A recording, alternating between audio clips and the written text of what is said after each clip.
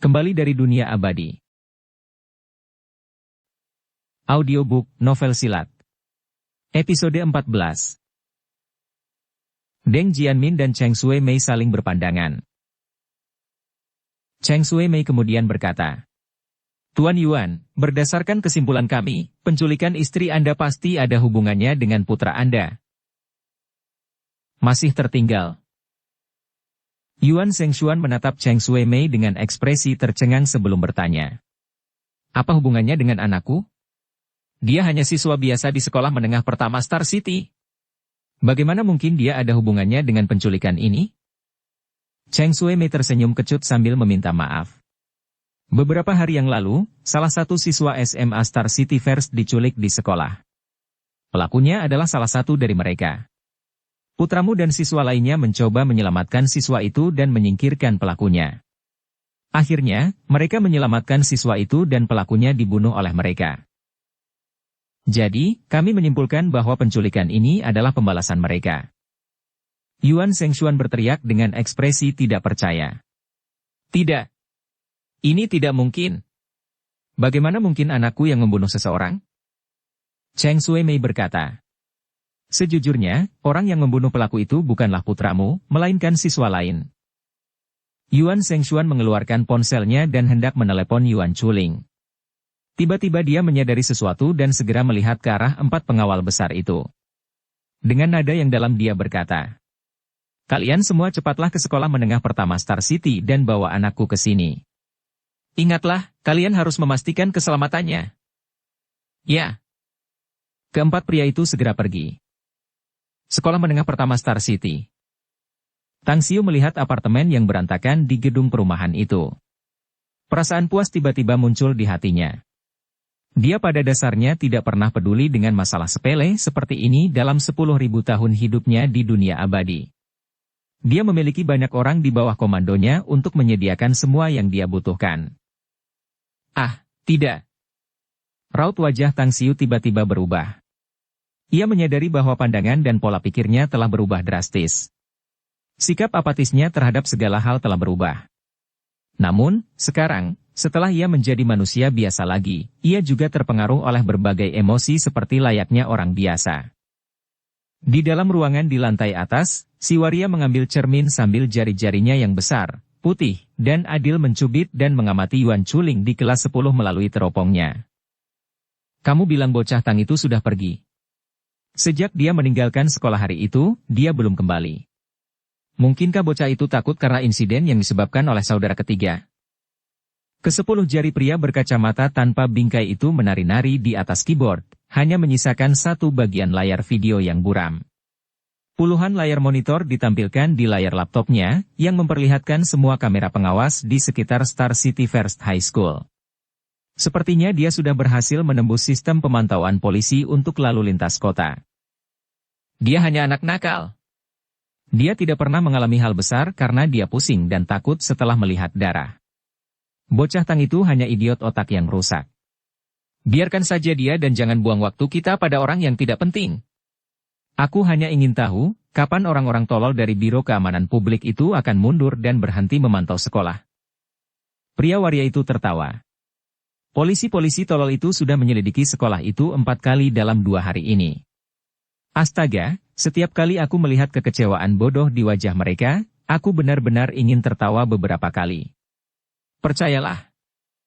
Tiba-tiba, pria waria itu tiba-tiba berhenti berbicara sambil mengamati dengan saksama pemandangan di sekolah itu dengan teropongnya. "Apa-apaan ini?" Pria berkacamata tanpa bingkai itu mengerutkan kening dan menutup laptop. Pria banci itu mencibir. Sepertinya Yuan Shengshuan masih peduli dengan mantan istri dan putranya, ya. Dia bahkan tiba-tiba mengirim 4 pengawalnya untuk menjemputnya dari sekolah. Aku yakin polisi-polisi tolol itu telah menceritakan kejadian di sekolah itu kepada Yuan Shengshuan. Pria berkacamata tanpa bingkai itu menyipitkan matanya dan mengejek. "Dengan kemampuan kita, bagaimana mungkin para idiot itu bisa menghadapi kita? Yah, kalau bocah Yuan Chuling itu pulang, tidak ada gunanya melanjutkan pengawasan di sini. Kita juga akan mundur." "Bagus." Kelas 10.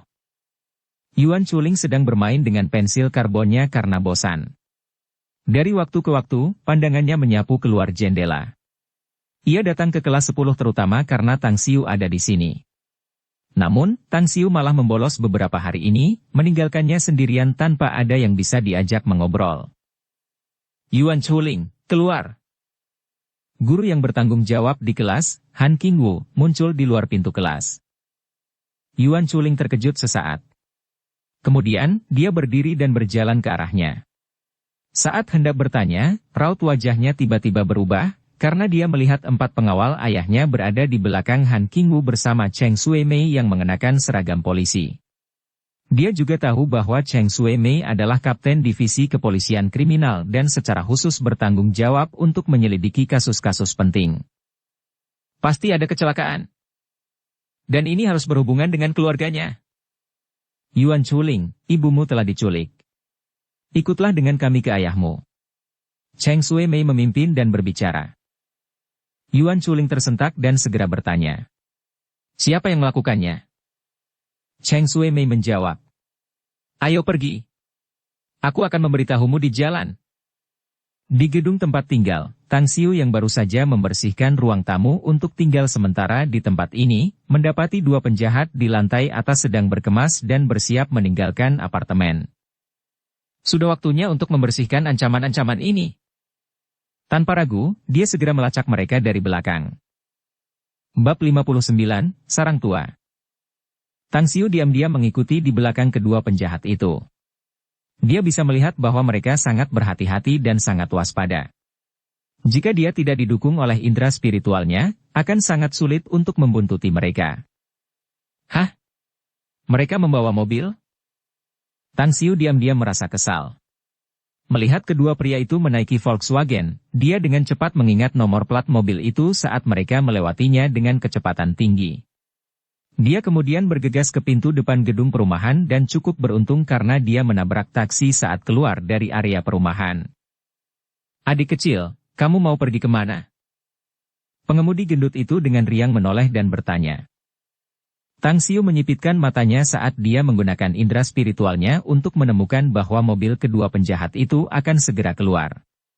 Dia segera mengeluarkan beberapa ratus yuan dari dompetnya, memberikannya kepada pengemudi dan berkata, Paman, apakah kamu melihat Volkswagen yang baru saja keluar dari pintu masuk? Ikuti secara diam-diam dan jangan sampai kehilangan jejaknya. Berhati-hatilah agar tidak ketahuan oleh orang-orang di dalam mobil itu dengan cara apapun. Pengemudi gendut itu ragu-ragu. Adik kecil, kamu. Tang Xiu mengambil beberapa lembar uang kertas lagi dari dompetnya dan menyerahkannya lagi. Dia sangat menyadari bahwa uang dan kekayaan bahkan mampu membuat iblis bekerja sampai mati.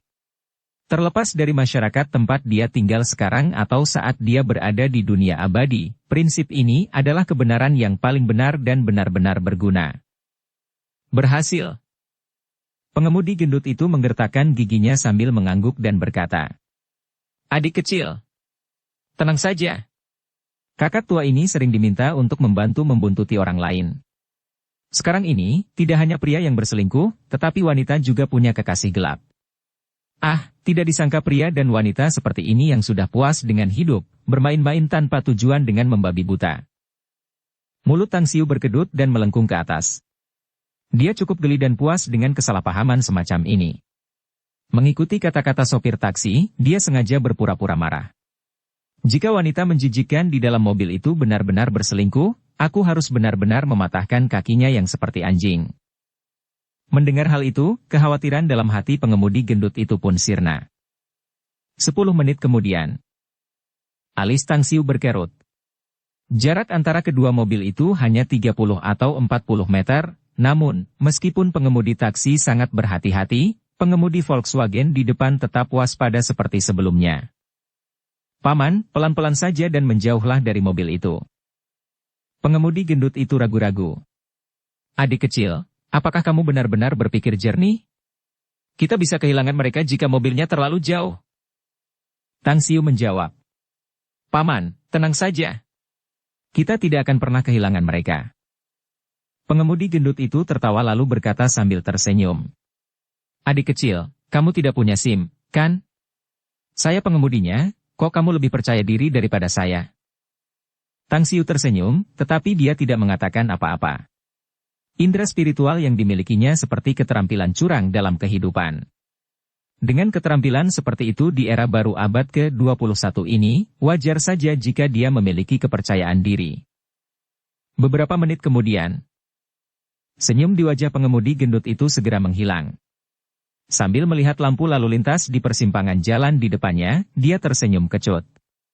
Adik kecil, kita akan kehilangan mereka. Tang Xiu menjawab dengan enteng. Tunggu lampu lalu lintas, baru percepat laju kendaraan. Pengemudi gendut itu tidak berkata apa-apa. Setelah beberapa detik, lampu merah berakhir. Taksi itu menyeberangi persimpangan dan kemudian langsung melaju ke depan. Namun, mereka dengan cepat menabrak lampu lalu lintas persimpangan itu lagi. Saya tidak bisa melihat mobil itu lagi. Pengemudi gendut itu bicara dengan nada tak berdaya. Tang Xiu menyipitkan matanya sebelum menjawab dengan enteng. Mereka tidak berbelok dan tetap melaju. Lakukan seperti sebelumnya. Setelah melewati persimpangan, baru percepat laju kendaraan. Ini. Pengemudi gendut itu menatap Tang Xiu dengan ekspresi heran.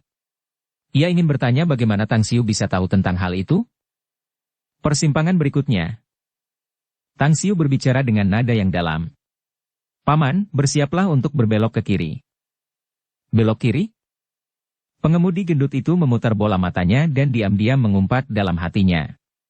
Siapa kau sebenarnya? Radar pelacak? Bahkan aku sendiri tidak bisa melihat mobil itu, bagaimana kau bisa tahu tentang itu? Setelah terus melaju di sepanjang jalan, senyum bahagia muncul di bibir Tang Xiu. Karena ketika taksi melaju kencang, indera spiritualnya menangkap Volkswagen itu lagi. Penjahat yang mengendarai mobil itu juga telah menurunkan kewaspadaannya dan tidak lagi berulang kali melihat ke kaca spion. Paman, belok kanan di depan. Belok kiri di persimpangan di depan. Percepat dan menyusul dua mobil di depan. Setelah hampir 1 jam berbelok ke kiri dan kanan, pengemudi gendut itu akhirnya tidak tahan lagi. Dengan ekspresi marah, ia bergumam. Hei, adik kecil, kau mempermainkanku? Aku tidak melihat mobil itu selama setengah jam sementara kau terus memberiku petunjuk arah secara membabi buta. Bagaimana mungkin kita bisa menyalip mereka? Mulut Tang Xiu mengencang sebelum senyum muncul di wajahnya. Dia tertawa pelan. Paman, kamu tidak perlu khawatir. Arahanku benar sekali. Jika kamu bersedia, percepat saja dan kamu bisa melihat mobil itu di persimpangan berikutnya. Pengemudi gendut itu menatap kosong sambil melirik uang 700 atau 800 yuan di dalam wadah dashboard di depannya. Ia kemudian berkata, Adik kecil, kamu mungkin tidak menipu saya. Tetapi jika kata-katamu tidak dapat dibuktikan dan kita masih tidak dapat melihat mobil itu, kamu harus menambahkan 200 yuan lagi agar saya dapat membayar denda. Kesepakatan. Tang Xiu menyeringai dan tersenyum. Beberapa menit kemudian, pengemudi gendut itu tercengang. Mobil Volkswagen itu terlihat puluhan meter di depannya dengan ekspresi tidak percaya yang terpancar di matanya. Kepak, kepak. Tiba-tiba, dia menampar wajahnya sendiri beberapa kali saat mengemudikan mobil. Karena tamparannya cukup kuat, suaranya terdengar jelas. Wajahnya yang tembam langsung memerah. Sial, apakah aku sedang bermimpi? Tapi, aku bisa merasakan sakitnya. Ini bukan mimpi. Tapi bagaimana dia bisa menentukan rute mengemudi Volkswagen itu dengan akurat? Matanya selalu melihat ke depan dan aku benar-benar yakin dia tidak pernah melihat ponselnya atau perangkat pelacak elektronik semacam itu. Ini, siapakah Little Brother yang sedang aku kemudikan ini? Mungkinkah dia semacam dewa yang turun ke bumi?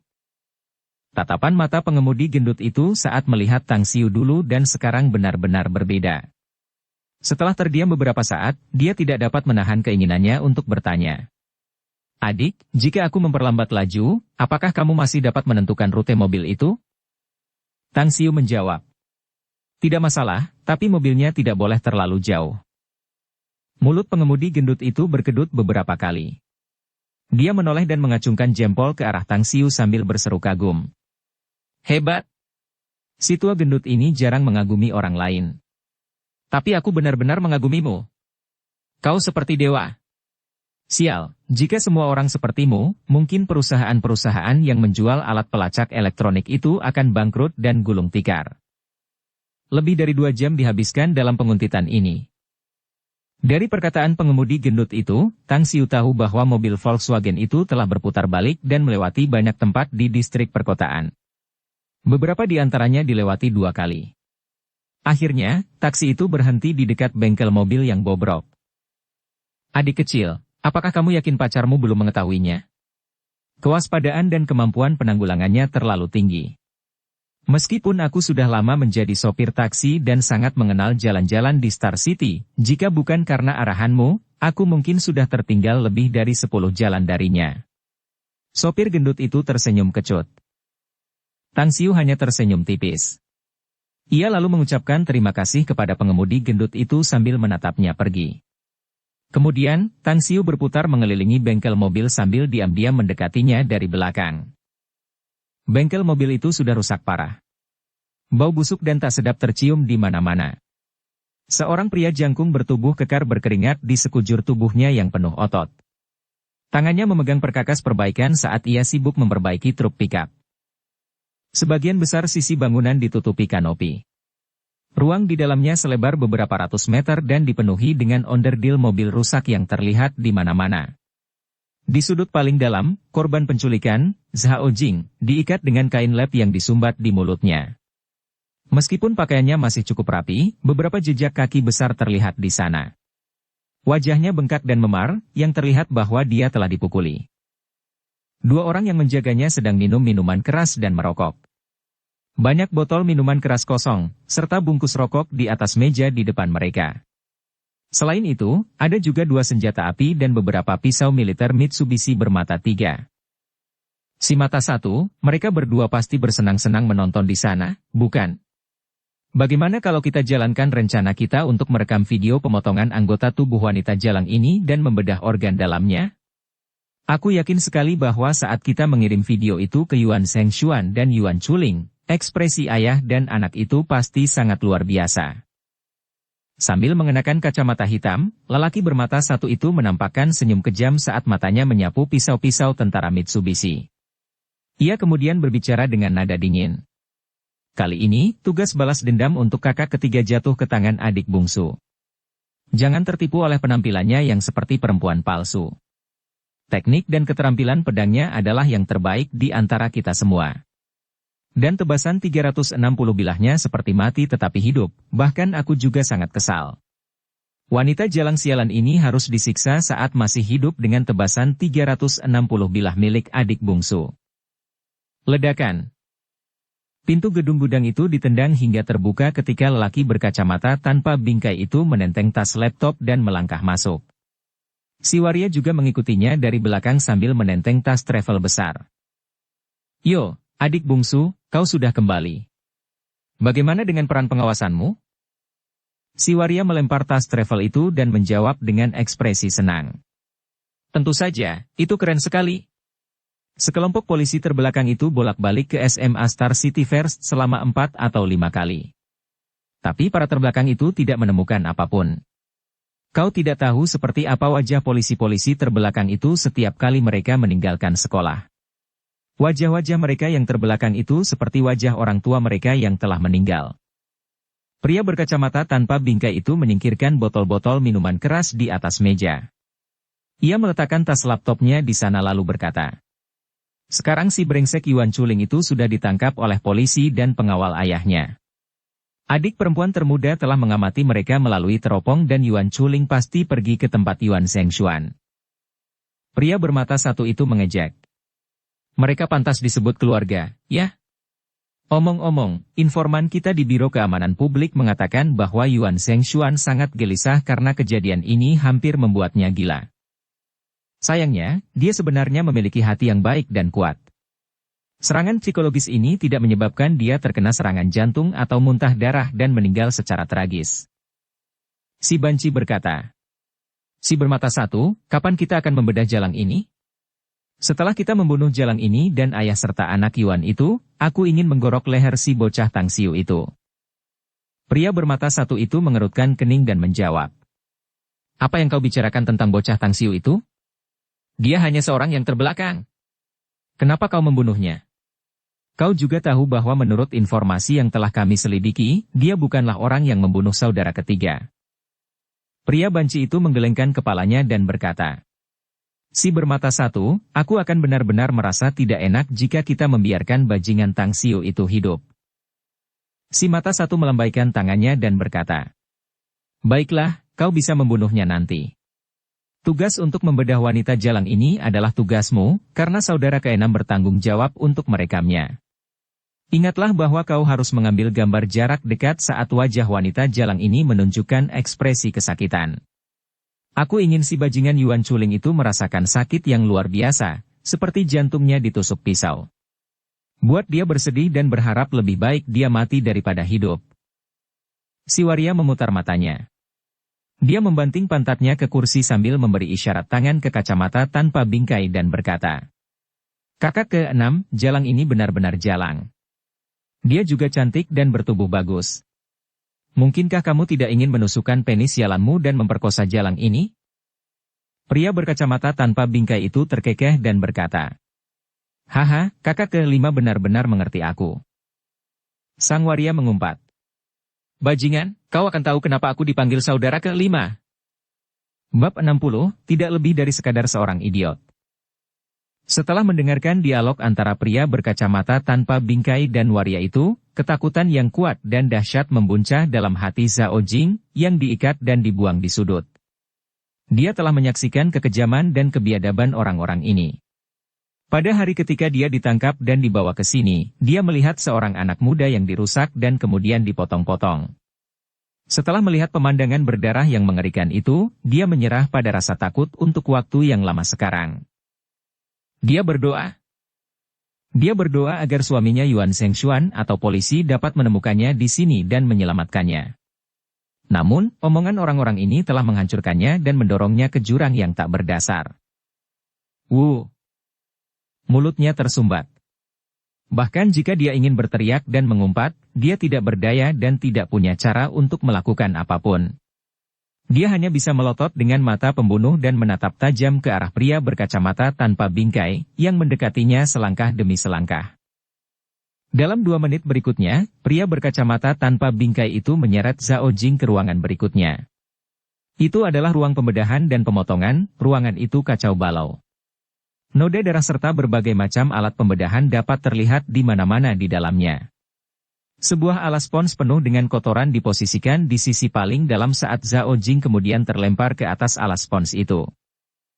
Bunga peoni juga akan mati dan menjadi hantu. Pepatah ini benar-benar berlaku untuk tubuhmu yang belum merasakan sensasi yang dilanggar itu, bukan? Hari ini, ayah besar ini akan membuatmu mencicipinya untuk pertama kalinya. Setelah kau memilikinya, kau bisa meratap kesakitan dan mati. Hahaha. Setelah selesai berbicara, dia mengambil gunting dan memotong tali yang mengikat Zhao Jing, hanya menyisakan tangan dan kakinya yang masih terikat. Tang Xiu bersembunyi di bawah jendela belakang ruang bedah. Ia telah menyelimuti radius 100 meter di sekitarnya dengan indera spiritualnya. Dengan telinganya yang tajam, ia dapat dengan jelas mendengar semua dialog dari kelima pria itu dari dalam bengkel mobil. Namun, ia tidak pernah menyangka bahwa wanita yang diculik itu ternyata adalah Ibu Yuan Chuling. Ia tidak pernah menyangka bahwa para penculik ini secara keliru menargetkan Yuan Chuling sebagai pembunuh kakak ketiga mereka. Awalnya, Tang Xiu tidak punya keinginan untuk terburu-buru dan bertindak. Itu karena kultivasinya saat ini belum mencapai titik di mana ia bisa menghindari peluru. Apalagi menghadapi 3 senjata dan 5 penjahat itu. Kalau saja hanya 1 atau 2 orang, ia bisa menggunakan kecepatan kilatnya dan tidak memberi kesempatan bagi mereka untuk menembaknya. Namun, jika 3 senjata menembaki dirinya pada saat yang sama, ia akan terluka parah atau ia akan mati. Namun pada saat ini, ancamannya tidak berarti. Saat lelaki berkacamata tanpa bingkai itu menyeringai jahat dan hendak mencabik-cabik pakaian Zhao Jing, Tang Xiu langsung memecahkan kaca jendela belakang dan menyerbu masuk dengan sangat cepat. Apa? Pria berkacamata tanpa bingkai itu tidak memiliki kecakapan bertarung. Meskipun dia belum membunuh siapapun, tetapi dia adalah rekan sekerja para tukang daging itu, keterampilan yang dimilikinya benar-benar ada di bidang teknologi dan jaringan intelijen yang berhubungan dengan komputer. Dengan kecepatan dan serangan akurat dari Tang Xiu, dia hanya bisa meneriakkan sepatah kata karena suaranya tiba-tiba terhenti karena tenggorokannya langsung terkoyak. Ledakan. Tang Xiu mengangkat kaki kanannya sambil menghantamkan kakinya ke wajah pria berkacamata tanpa bingkai itu dan menendangnya dalam sekejap, menyebabkan tubuh pria itu menghantam dinding yang keras. Namun, pria berkacamata tanpa bingkai itu tidak langsung mati, karena kedua tangannya mencengkeram lehernya yang sedang berkedut. Tang Xiu hanya menatapnya dan kemudian berbalik ke arah Zhao Jing. Dia memberi isyarat dan mengisyaratkan agar Zhao Jing tetap diam sebelum dia melepaskan kain yang dijejalkan ke dalam mulutnya. "Siapa kamu?" Saat penyelamatnya jatuh dari langit, Zhao Jing sangat gembira. Dia memahami instruksi Tang Xiu dan berusaha serendah mungkin. "Kau tidak perlu tahu siapa aku. Kau hanya perlu tahu bahwa aku akan menyelamatkanmu. Aku akan melepaskan ikatan tangan dan kakimu, lalu kau harus melarikan diri dari tempat ini melalui jendela ini." Tang Xiu berbisik padanya. Zhao Jing dengan cepat bertanya, "Bagaimana denganmu?" Tang Xiu menjawab dengan nada yang sangat serius. "Orang-orang ini adalah iblis. Membiarkan mereka hidup di dunia ini hanya akan membuat malapetaka mereka terus berlanjut. Aku harus memusnahkan mereka semua." Zhao Jing terdiam. "Apakah kamu waras? Masih ada 4 orang di sini. Apalagi mereka punya senjata, peluru, dan pisau. Apakah kamu buta atau apa? Kamu juga harus melarikan diri bersamaku. Ayo cepat keluar dan segera lapor ke polisi. Suamiku bisa membantu. Dia punya banyak pengawal." "Apakah mereka benar-benar bercerai?" Ekspresi heran langsung terpancar di mata Tang Xiu sebelum dia menggelengkan kepalanya dan menjawab. "Aku diam-diam menguping pembicaraan mereka. Mereka punya mata-mata di dalam Biro Keamanan Publik. Begitu kita melapor ke polisi, mereka akan langsung menerima pesan untuk segera kabur. Sekarang adalah kesempatan yang bagus untuk membereskan mereka dan menangkap mereka semua sekaligus. Aku tidak akan pernah membiarkan mereka lolos. Harap tenang saja. Para penjahat tidak berguna seperti mereka tidak sulit untuk kutangani." Raut wajah Zhao Jing berubah. Dia tidak menyangka para penculiknya akan begitu cerdik, sampai-sampai mereka memiliki mata-mata di Biro Keamanan Publik. Kalau begitu kamu harus berhati-hati." Pembicaraan telah selesai. Dengan bantuan Tang Xiu, Zhao Jing dengan lancar lolos dari jendela belakang. Di dalam gedung beratap itu, si banci dan si pria bermata satu duduk santai sambil merokok dan minum minuman keras. Sesekali mereka menatap pintu ruang bedah dengan ekspresi aneh. Kakak mereka ada di sana, satu di antara mereka yang tidak dapat menahan nafsunya adalah kakak ke-6 ini. "Hah? Kok berisik banget di sana?" Kakak ke-6 gak pernah bikin suara sekeras itu tiap kali dia bercinta sebelumnya. "Kok bisa berisik banget sekarang?" Pria bermata satu itu perlahan menyadari ada yang gak beres sambil berseru dengan ekspresi terkejut.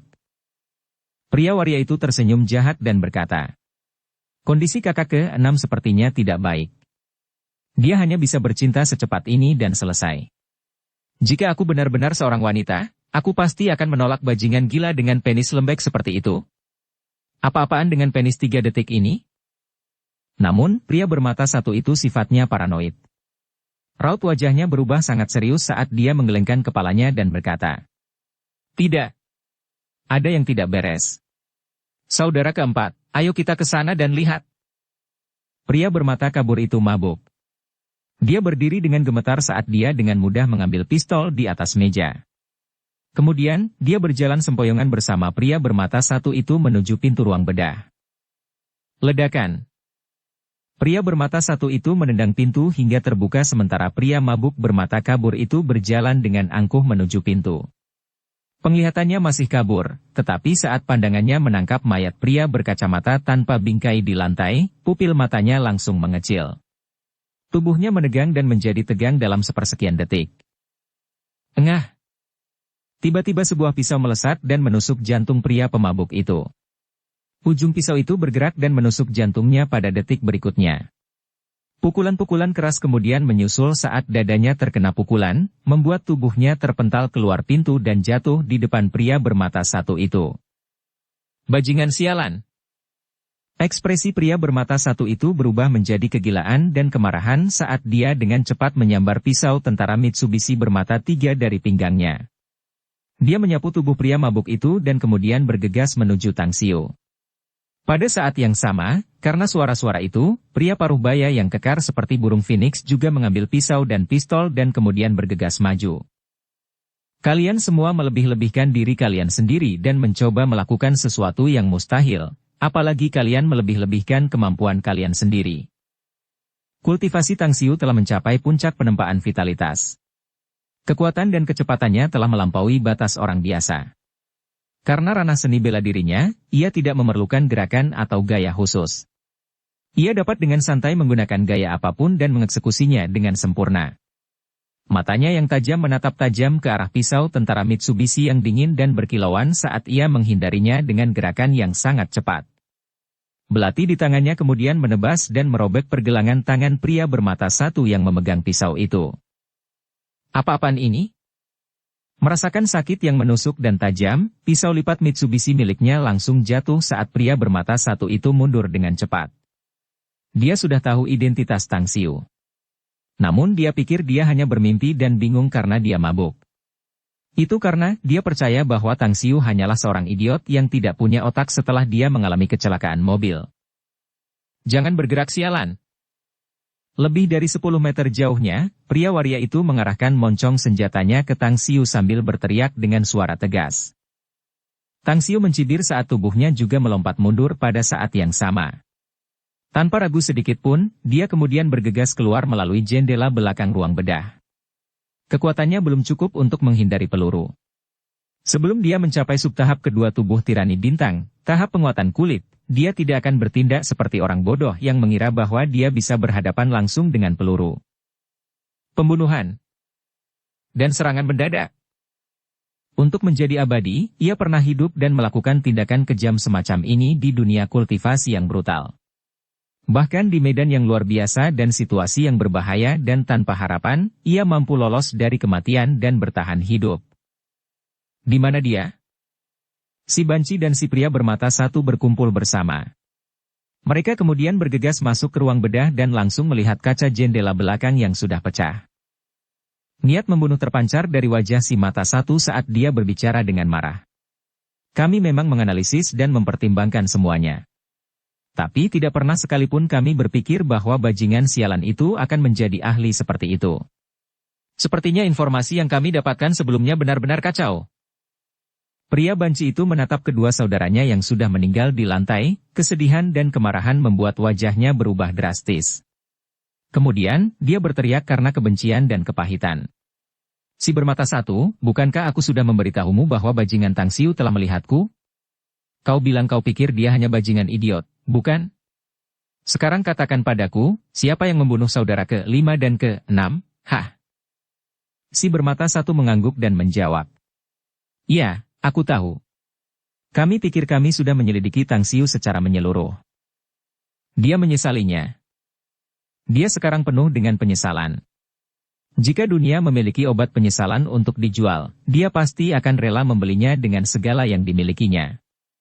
Karena jika obat penyesalan benar-benar ada dan dia meminumnya, dia tidak akan mengabaikan Tang Xiu atau mengabaikannya begitu saja dan menganggapnya hanya seorang siswa bodoh. Seorang idiot dan tidak lebih. Dia teringat jelas kata-kata yang diucapkannya. Tanpa sadar, kedua telapak tangannya terangkat dan menampar wajahnya sendiri tanpa ampun. Dialah yang telah mempermalukan dirinya sendiri. Dia jugalah yang akan membenci dirinya sendiri. Pria banci itu menjadi bingung dan jengkel saat dia mengumpat dan berteriak. Bukankah aku sudah mengingatkanmu?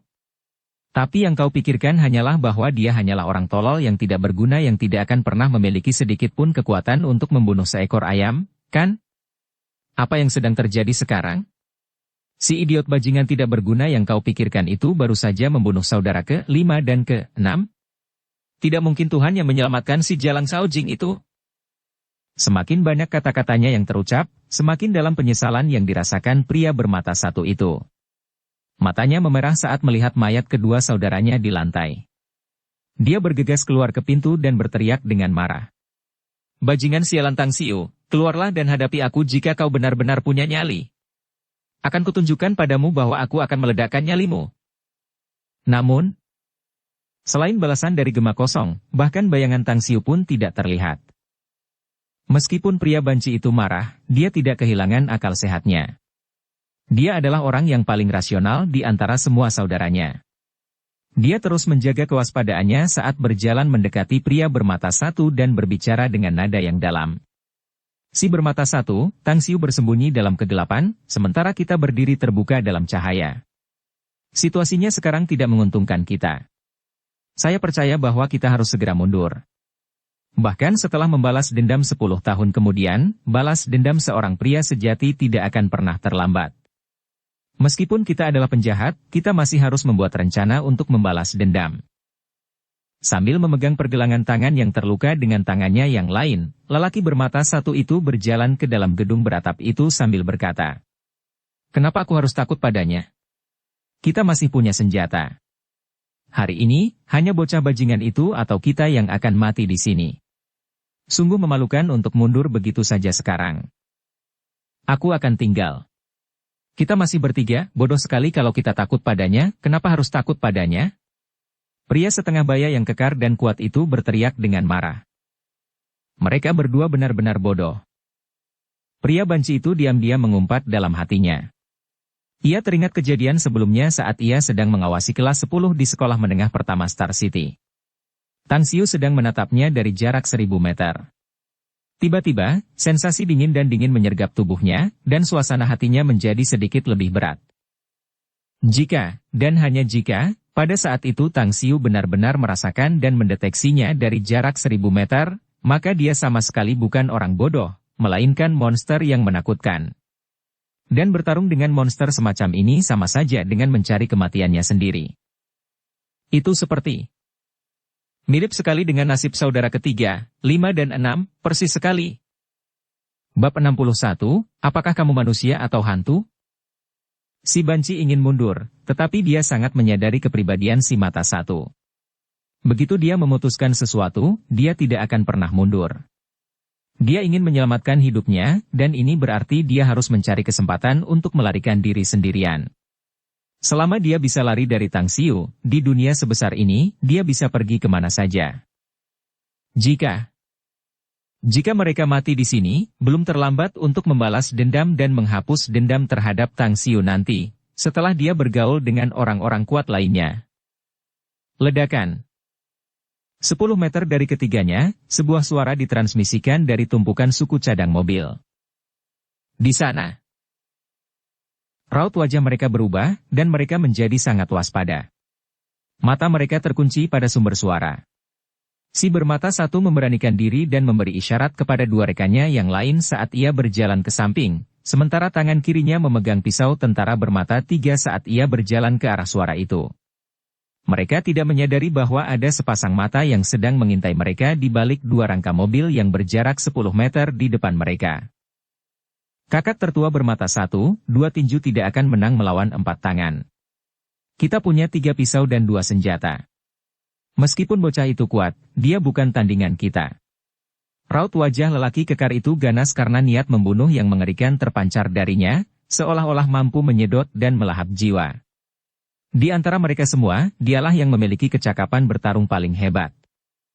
Namun, saat dia baru saja selesai berbicara, sebuah sosok tiba-tiba muncul secepat kilat. Bayangan itu dengan cepat dan ganas menyerang dan menendangnya dari samping. Pria kuat itu secara refleks mengangkat lengan kirinya untuk menangkisnya saat suara tulang retak terdengar.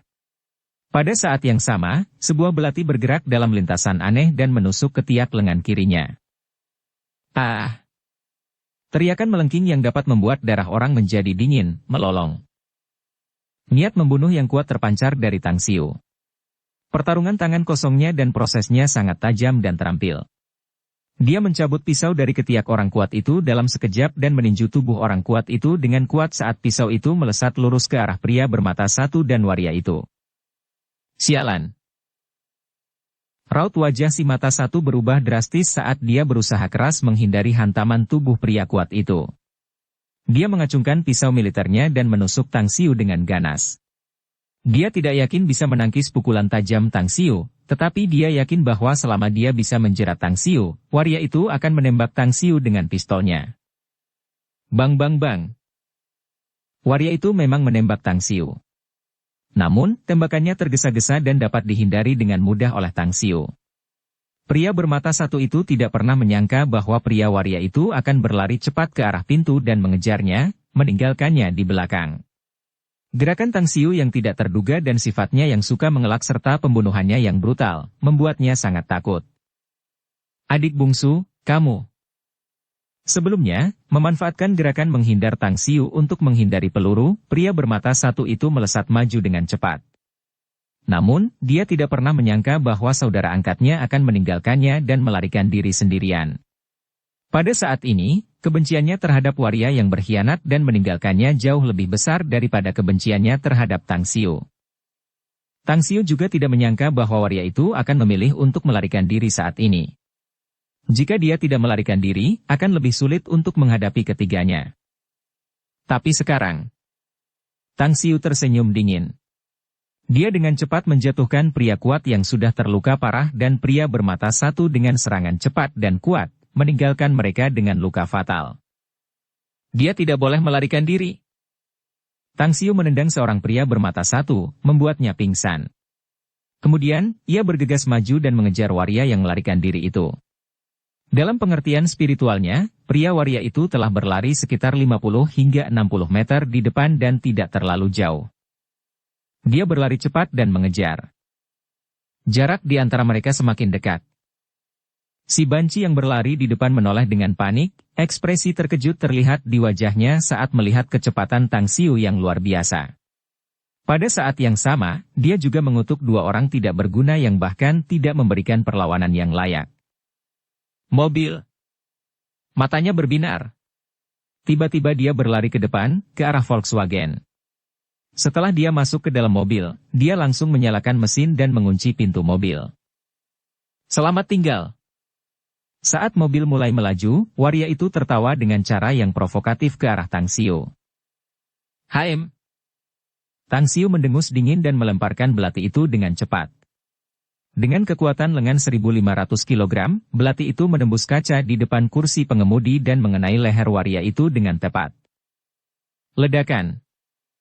Mobil Volkswagen itu sudah mulai jalan, namun karena si waria tertabrak, mobilnya malah melaju kencang dan menabrak sebuah truk pickup. Sudah kubilang kau tidak boleh lari. Tang Xiu berlari cepat ke arah kursi pengemudi Volkswagen sambil menjambak rambut waria itu. Dia menjulurkan kepalanya keluar jendela dan kemudian meninju wajahnya dengan keras. Setelah menyelesaikan urusan waria, Tang Xiu langsung kembali ke garasi gudang. Meskipun dia sudah menyelesaikan para penjahat itu, tetapi dia membutuhkan informasi dari mereka tentang informan polisi di Biro Keamanan Publik, yang telah memberitahu geng mereka. Jangan melawan. Hari ini, kau akan mati. Satu-satunya perbedaan adalah apakah kau bisa mati dengan bahagia atau disiksa sampai mati. Aku yakin kau sudah lama tahu bahwa kau akan mati. Jadi, aku akan memberimu pilihan terakhir sebelum kau memasuki gerbang neraka. Pria kuat itu tersenyum masam saat melihat luka di tubuhnya dan berkata, "Kau ingin menyiksaku sampai mati? Sial, aku punya luka fatal, bahkan jika kau mau uhuk, kau tidak akan pernah bisa memperpanjang waktu. Jangan main-main denganku." Tang Xiu menyipitkan matanya sementara jarinya menunjuk ke titik dekat luka orang kuat itu dengan cepat. Apa-apaan? Mata lelaki kuat itu membesar dan wajahnya berubah kaget. Lukanya tidak lagi berdarah setelah Tang Xiu menggunakan jarinya untuk menunjuk titik di dekat lukanya beberapa kali. Tang Xiu berkata dengan dingin, "Bahkan jika kau tidak percaya padaku, aku akan membuatmu percaya. Kau tidak akan mati dengan cepat. Setidaknya, kau masih bisa hidup 1 atau 2 jam. Dalam 2 jam ini, aku akan membedahmu dan menjaga kesadaranmu tetap utuh. Kau akan menyaksikan darah dan dagingmu terpotong sebagian demi sebagian." Orang kuat itu menelan ludahnya dengan putus asa saat dia berbicara dengan ekspresi tercengang. Teknik titik jari itu, apa-apaan kamu? Tang Xiu menjawab. Hah? Aku tidak menyangka kau bahkan tahu tentang teknik tikaman jari. Pria kuat itu batuk darah, dan dengan ekspresi agak kagum di matanya, dia menjawab. Guru tinjuku dulu berlatih kungfu. Meskipun keterampilannya tidak seseram legenda itu, tetapi cukup kuat. Sialnya, dia tidak ingin mengajariku teknik kultivasi kekuatan internal itu. Mengapa? Keingintahuan Tang Xiu terusik. Pria kuat itu menjawab dengan getir. Apalagi? Orang tua itu menganggap perilakuku buruk, kejam, dan tidak berperasaan. Tapi bagaimana aku bisa bertahan dan membuat namaku terkenal di lingkungan yang brutal ini jika aku tidak cukup kejam? Perilaku buruk. Tang Xiu tiba-tiba menyadari. Ini memang terjadi pada praktisi seni bela diri di bumi. Masyarakat tidak mengizinkan seniman bela diri untuk bertarung dengan kejam. Namun, dia tidak memiliki prinsip yang sama. Keadaan dunia abadi jauh lebih brutal daripada bumi. Itu tidak manusiawi dalam esensinya yang sebenarnya. Hanya mereka yang memiliki kekuatan dan kekejaman yang cukup yang akan mampu bertahan hidup dan terus hidup di sana. Dia telah menginjak gunung mayat dan melalui pertumpahan darah yang tak terhitung jumlahnya untuk menjadi salah satu yang tertinggi di dunia abadi. Kembali ke pertanyaanku. Katakan padaku, siapa informan kelompokmu di Biro Keamanan Publik? Tenang saja, kata-kataku selalu sangat berbobot.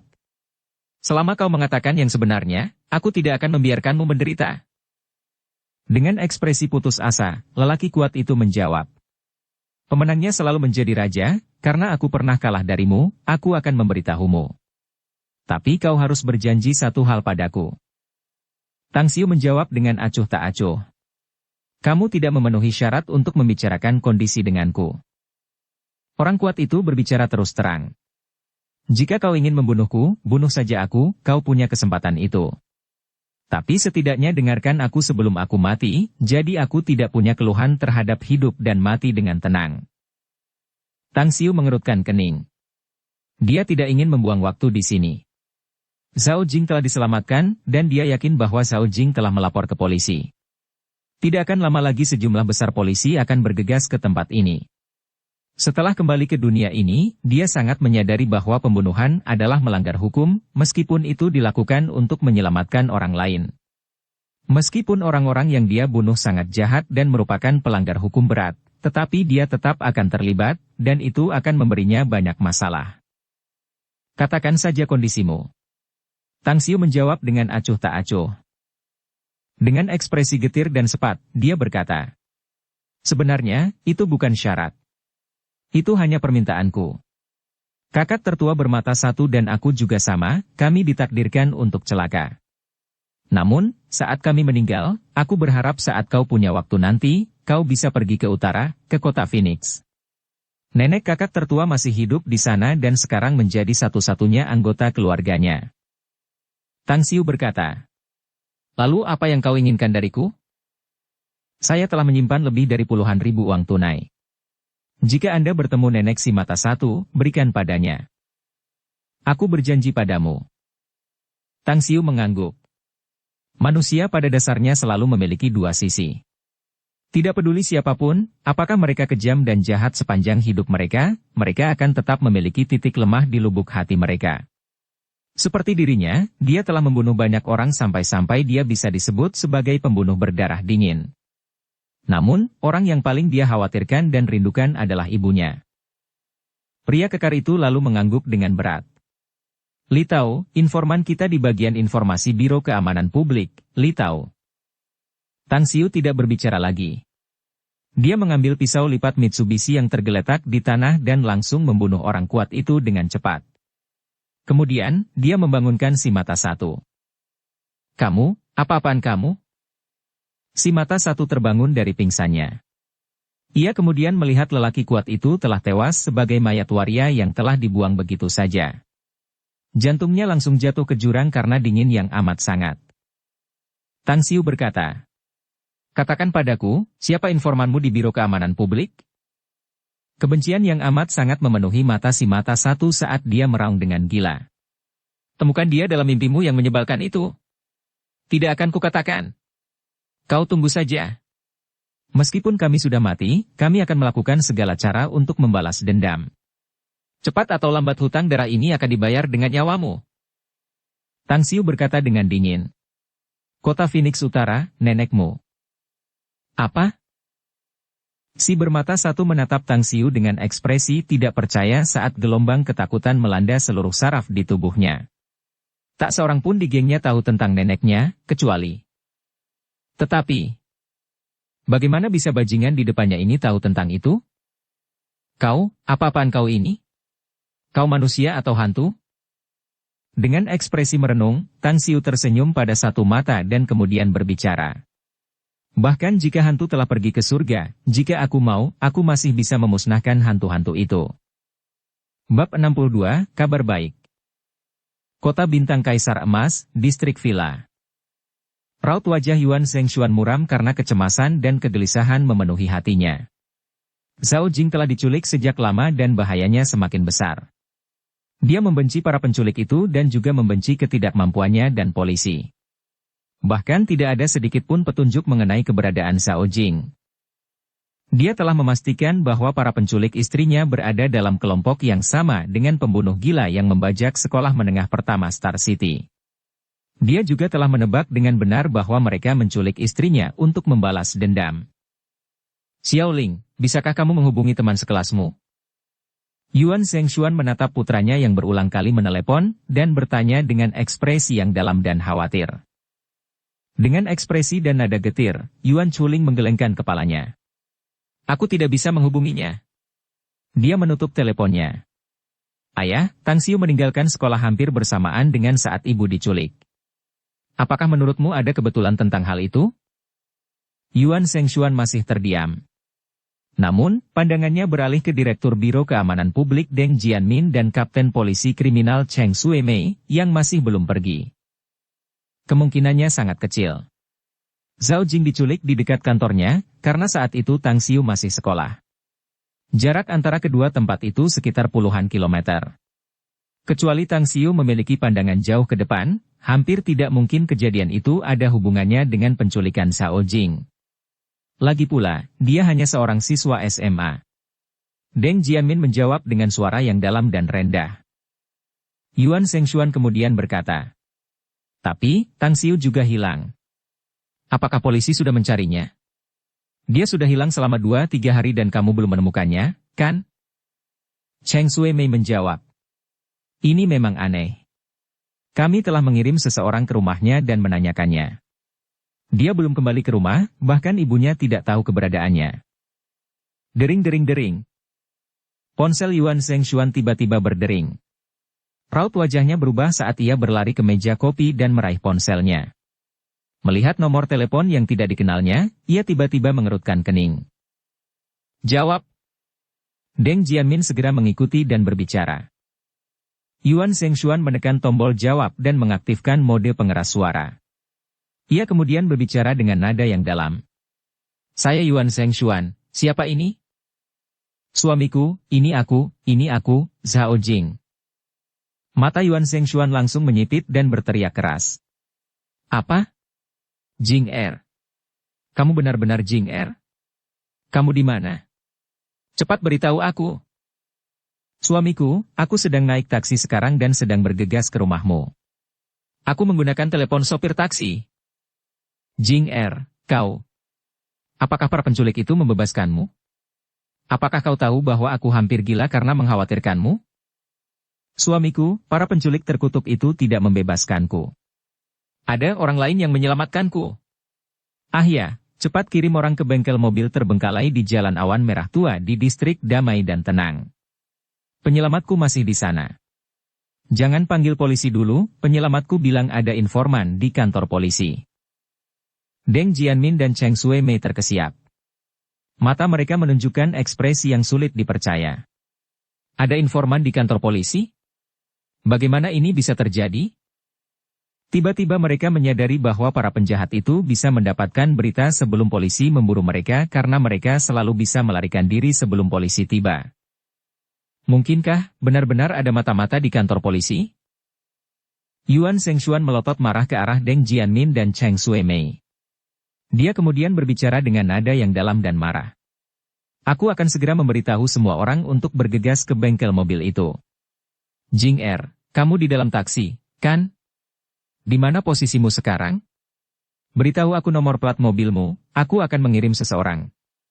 Tidak. Aku akan pergi sendiri untuk menjemputmu. Bagus. Panggilan berakhir. Yuan Shengshuan berkata dengan marah. Kalian polisi benar-benar hebat. Kalian bahkan punya mata-mata dan pengkhianat di antara kalian. Kalian benar-benar panutan bagi pegawai urusan dalam negeri negara ini. Kalian mendengar istriku berbicara. Aku tidak ingin polisi sialan kalian mengikutiku. Aku akan mengirim orang-orangku sendiri untuk menyelesaikan masalah di bengkel mobil itu. Tidak. Semburat warna bergantian antara hijau dan putih menyelimuti kulit Deng Jianmin, tetapi dia masih berbicara dengan nada yang kuat. Dengan ekspresi ragu-ragu, Cheng Shuai-mei segera berbicara ketika dia melihat Yuan Shengshuan hampir mengamuk. Tuan Yuan, karena situasi di bengkel mobil itu benar-benar mendesak dan kritis, akan lebih baik jika kepolisian bertindak. Para penculik itu bukanlah orang-orang yang bisa kita ajak main-main. Mereka semua adalah penjahat kelas A yang dicari. Masing-masing dari mereka adalah pembunuh berdarah dingin. Regu polisi kriminal saya telah melacak dan menyelidiki kasus ini selama beberapa tahun. Selain itu, masing-masing dari kami adalah elit dengan catatan bersih. Kami sama sekali tidak memiliki pengkhianat di jajaran kami. Bagaimana kalau kami membantu Anda memecahkan masalah ini? Yuan Shengshuan ragu sejenak sebelum mengangguk dan menjawab. Baiklah. Tapi selain kamu, tidak ada seorang pun yang bisa mengetahui hal ini. Deng Jianmin buru-buru mengikutinya. Aku juga ikut. Di bengkel mobil terbengkalai di Jalan Awan Merah Tua, distrik damai dan tenang. Tang Xiu masih berada di gudang sambil menatap wajah pucat pria bermata satu yang sekarat itu. Dia berkata dengan dingin. Aku memberimu kesempatan untuk berbicara. Sekarang, katakan padaku atau hadapi konsekuensinya. Pria bermata satu itu terdiam. Dia tidak ingin mengkhianati saudaranya. Dia berharap dapat membalas dendam kepada saudara-saudaranya dan menghapus dendam ini. Namun, dia juga sangat menyadari bahwa pemuda di depannya sangat kejam dan tidak kenal ampun. Jika dia tidak memberitahunya, neneknya akan terlibat. Dia dibesarkan oleh neneknya, dan dia adalah orang yang paling dia sayangi. Apa yang harus dia lakukan? Dengan dilema seperti itu, pertempuran berkecamuk di dalam hatinya saat ia jatuh ke dalam keraguan yang mendalam. Aku akan menghitung mundur dari 3. Jika kau tidak ingin menjawab pertanyaanku, itu pilihanmu, karena aku telah memberimu pilihan. Tentu saja, aku harus memberitahumu bahwa saudaramu yang sudah meninggal telah memberitahuku siapa informan di kantor polisi itu. Aku hanya ingin memastikannya dari mulutmu yang brengsek itu. Kata-kata Tang Xiu seolah-olah palu raksasa telah menghancurkan lapisan keyakinan di hati si mata satu. 3, 2, 1. Baiklah, aku akan beritahu kau.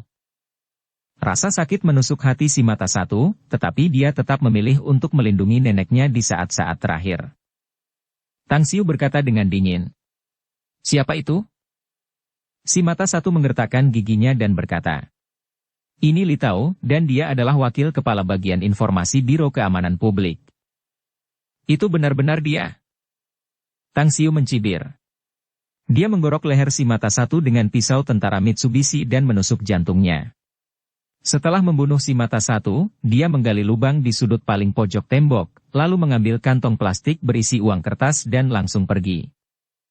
Sebenarnya, jika penjahat ini tidak mengancamnya, dia tidak akan membersihkannya. Namun karena Ibu Yuan Chuling diculik, dia harus bertindak. Namun, hal terpenting yang harus dilakukannya saat ini adalah menghasilkan uang. Ia perlu mengolah dirinya sendiri, dan ini membutuhkan banyak tanaman obat, sumber daya, dan biji berharga. Hanya ketika ia memiliki kekayaan yang besar, ia akan mampu membeli kebutuhan pokok ini dan mencegah kemajuan kultivasinya terhambat. Mengenai rencana untuk menghasilkan uang, dia sudah merencanakannya. Aspek yang kurang saat ini adalah dia tidak memiliki manajer profesional untuk menangani bisnis tersebut. Namun, dia telah mempercayakannya kepada Long Zhengyu untuk mencarikannya seorang manajer profesional. Dan dengan menghitung waktu, sudah hampir waktunya Long Zhengyu menemukan manajer profesional yang tepat untuknya. Setengah jam kemudian, Tang Xiu melepas jaketnya yang berlumuran darah dan melemparkannya ke sungai yang dilewatinya, sambil melihat jaketnya hanyut dan tenggelam oleh air sungai. Dia tidak kembali ke sekolah dan malah kembali ke vilanya di distrik Southgate Town. Ketika Tang Xiu memasuki aula tengah villa, debu telah menutupinya. Dia ingat bahwa ketika dia baru saja menerima villa ini, pengembang sedang menjaga kebersihan villa. Namun, sejak dia menjadi pemiliknya, pengembang berhenti merawat villa dan juga tidak memiliki hak untuk mengirim orang untuk membersihkannya lagi. Di villa sebesar ini, kalaupun aku mencari pembantu, satu saja tidak akan cukup. Apa aku harus mencari kepala pelayan profesional untuk mengurus rumah ini seperti di serial TV itu? Tang Xiu tersenyum kecut dan menggelengkan kepalanya. Dia tidak punya kemewahan untuk menyewa pelayan profesional atau pembantu rumah tangga. Dia langsung naik ke atas dan mandi, lalu mengambil dan mengenakan satu set pakaian kasual bersih di lemari pakaian yang telah disiapkan Long Zhengyu sebelumnya. Ruang utama villa berada di lantai 2. Seluruh kamar tidur utama berukuran ratusan kaki persegi, dan dekorasi interiornya penuh dengan barang-barang mewah yang bahkan dapat membuat darah orang mendidih. Dia tidak beristirahat dengan baik beberapa hari ini dan bersiap untuk beristirahat. Namun, dia ingin menghubungi Long Zhengyu dan bertanya tentang pengaturan manajer profesional. Saat ia berpikir untuk menelepon Long Zhengyu, ia teringat bahwa ponselnya telah lama mati. Ia segera mengeluarkan ponselnya dan menyalakannya. Ia belum menghubungi nomor Long Zhengyu karena serangkaian panggilan tak terjawab dan pengingat SMS terus berdering. Tang Xiu teringat kembali kejadian ketika dia pergi berlatih, di mana ada banyak panggilan tak terjawab. Dia tidak menyangka hal itu akan terjadi lagi kali ini. Dia melirik panggilan tak terjawab itu dan tidak dapat menahan diri untuk tidak menunjukkan ekspresi tak berdaya. Selain nomor Han Qingwu dan Long Zhengyu, ada juga beberapa nomor asing yang juga telah meneleponnya puluhan kali. Hah? Yuan Chuling bahkan meneleponku 42 kali? Sepertinya dia sudah tahu bahwa ibunya diculik dan mungkin sudah menduga bahwa aku tidak masuk sekolah dan terlibat dalam penculikan ibunya. Tang Xiu berpikir sejenak sebelum memutuskan untuk tidak menelepon Yuan Chuling untuk sementara waktu. Dia telah menyelamatkan ibunya, dan seharusnya tidak ada insiden lagi. Adapun Han Qingwu, yang telah diperalat dan ditipu, dia mungkin marah dan ingin mencari dan menghajarnya dengan kejam. Dia juga tidak perlu dihubungi untuk sementara waktu. Setengah menit kemudian, Tang Xiu memutar nomor Long Zhengyu. Kakak Long, ini Tang Xiu. Maaf merepotkanmu, bagaimana dengan perburuan manajer profesional? Adik Tang, aku tidak pernah menyangka kau akan berinisiatif menghubungiku. Aku sudah meneleponmu beberapa kali, tetapi kau menutup teleponmu. Manajer profesional yang akan kurekomendasikan kepadamu agak istimewa. Apakah kau punya waktu untuk bertemu langsung? Nada bicara Long Zhengyu agak bersemangat, seolah-olah ia telah menemukan sesuatu yang bagus. Spesial? Bersambung ke episode 15. Dukung kami dengan subscribe, follow, like, komen dan share.